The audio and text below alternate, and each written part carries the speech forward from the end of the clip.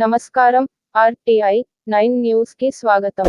మెదక్ జిల్లా కొల్చారం మండలంలో రంగంపేట గ్రామంలో ఇటీవల అనారోగ్యంతో మృతి చెందిన తెలుగుదేశం పార్టీ సీనియర్ నాయకులు రంగంపేట గ్రామ మాజీ సర్పంచ్ గోకని ధర్మగౌడ్ కుటుంబ సభ్యులను తెలుగుదేశం పార్టీ మాజీ ఎమ్మెల్యే దేవర వాసుదేవరావు పరామర్శించడం జరిగింది.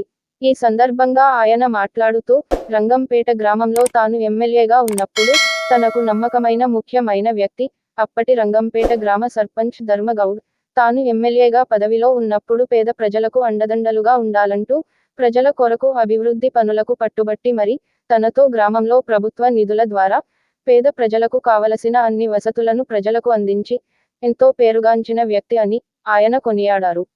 రంగంపేట గ్రామం ప్రస్తుత వ్యాపార కేంద్రంగా మారిందంటే గ్రామానికి ఆయనే నిదర్శనమని అన్నారు. వారి కుటుంబాలకు మనోధైర్యాన్ని ఇచ్చి తమ నుండి వారి కుటుంబానికి సహాయ సహకారాలు ఎప్పటికీ ఉంటాయని తెలిపారు. గ్రామంలో పూర్తి స్థాయిలో ప్రజలకు అవసరమైన అన్ని పనులు అప్పట్లోనే ప్రజలకు అందించిన ఘనత దక్కించుకున్న ఉన్నతమైన నాయకుడని పేర్కొన్నారు. ఈ సందర్భంగా అప్పటి తెలుగుదేశం పార్టీ మాజీ ఎమ్మెల్యే వాసుదేవరావు ఆయనకు నివాళులు అర్పించారు.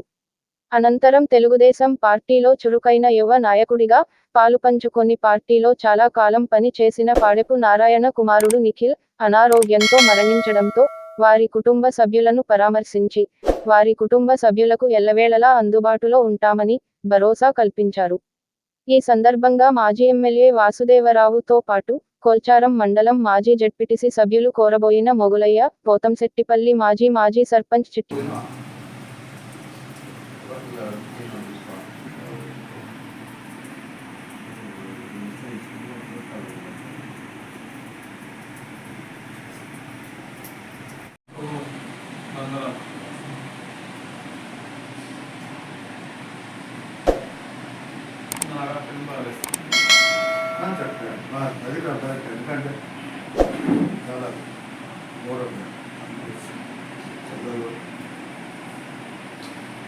చీట్ కట్టిన చాలా బాగుంటుంది.